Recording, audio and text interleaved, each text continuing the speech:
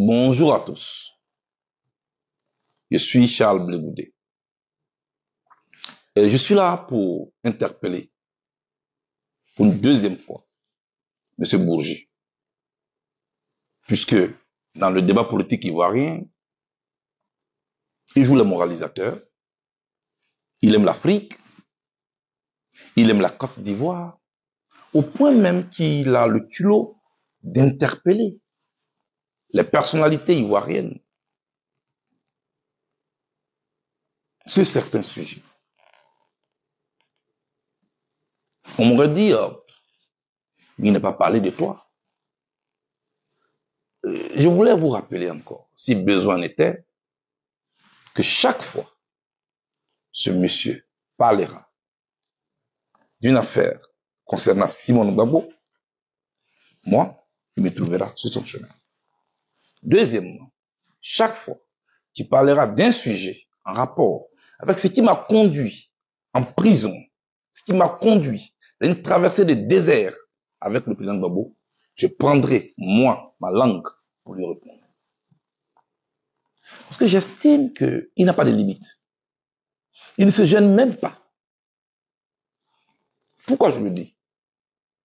Dans une situation normale, la place de M. Bourgi n'est ailleurs que dans une cellule de prison. Pourquoi? Voici un monsieur qui lui-même, sur les plateaux de télévision, dit qu'il a transporté des mallettes d'argent de plusieurs capitales africaines pour les remettre à des autorités françaises. On peut s'arrêter là. Quand on sait la misère qui sévit en Afrique, au niveau de notre système éducatif, les classes qu'on n'en a pas, les salles de classe qu'on n'a pas, les universités qui manquent, les centres de santé. Je veux même parler du plus bas niveau au niveau des centres de santé, les établissements sanitaires de premier contact, donc les centres ruraux, on n'en a même pas assez. Donc nous avons besoin d'argent pour nos populations. Et pendant ce temps, lui, il vient mettre la pression sur nos chefs d'État pour lui donner des mallettes d'argent pour aller les remettre à des autorités françaises. Mais qu'ils nous décrivent dans quelles conditions il a fait ce sale boulot. Parce qu'il n'y a pas d'autre mot. Pendant que nos enfants, que je n'excuse pas, mais qui pour leur pitance même, souvent ne sachant à quel sens se vouer, on vous a racheté un billet de 1000 francs, à l'aide même d'un couteau, on appelle les pickpockets. Moi, j'ai fait la prison, la Maca, au moins 11 fois. Ils traînent là-bas.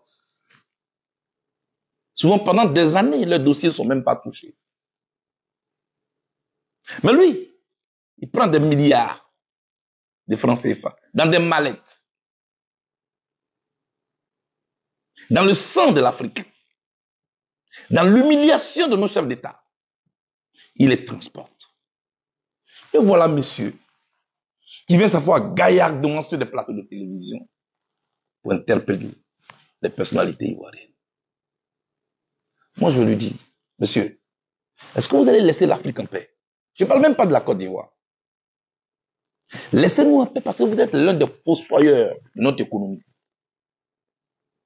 Un corrupteur comme vous. Et vous voulez faire croire à qui que ces mallettes que vous avez transportées, vous n'avez rien eu.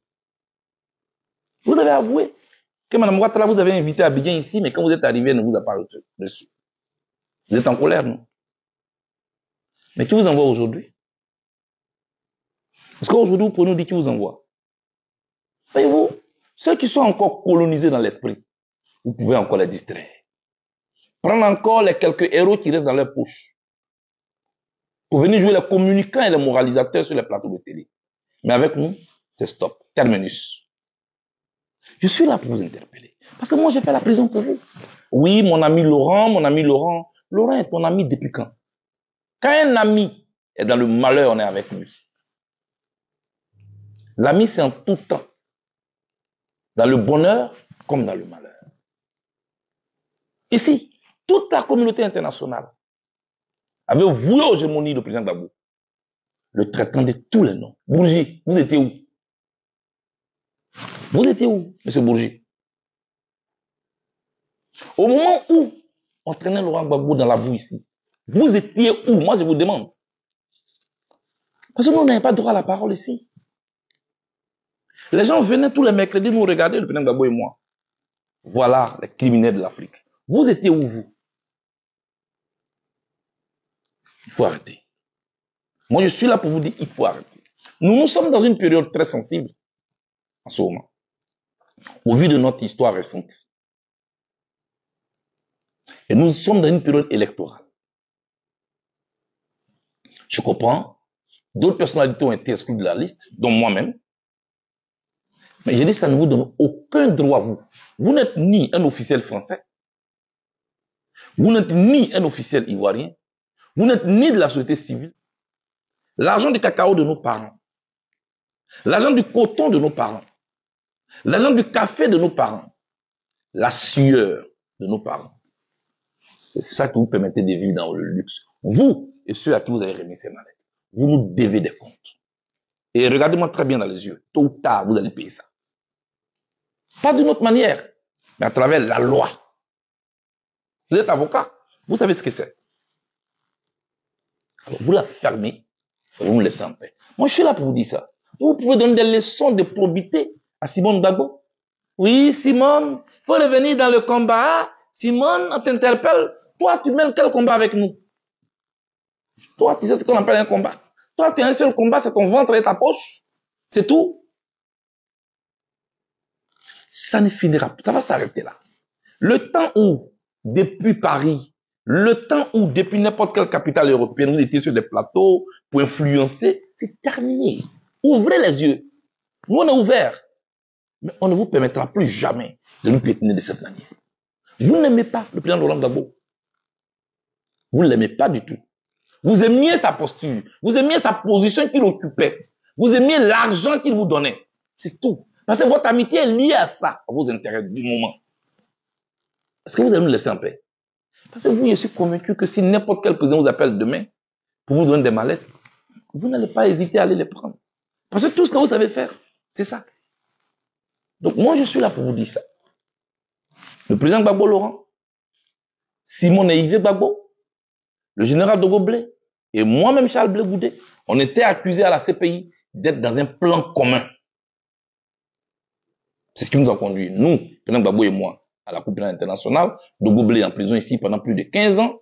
Simone Gbagbo en prison ici, après elle a été amnistiée.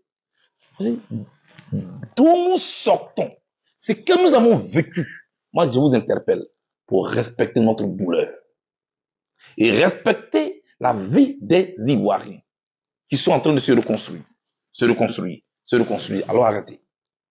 C'est ce que je voulais vous dire. Et je m'arrête là. Merci.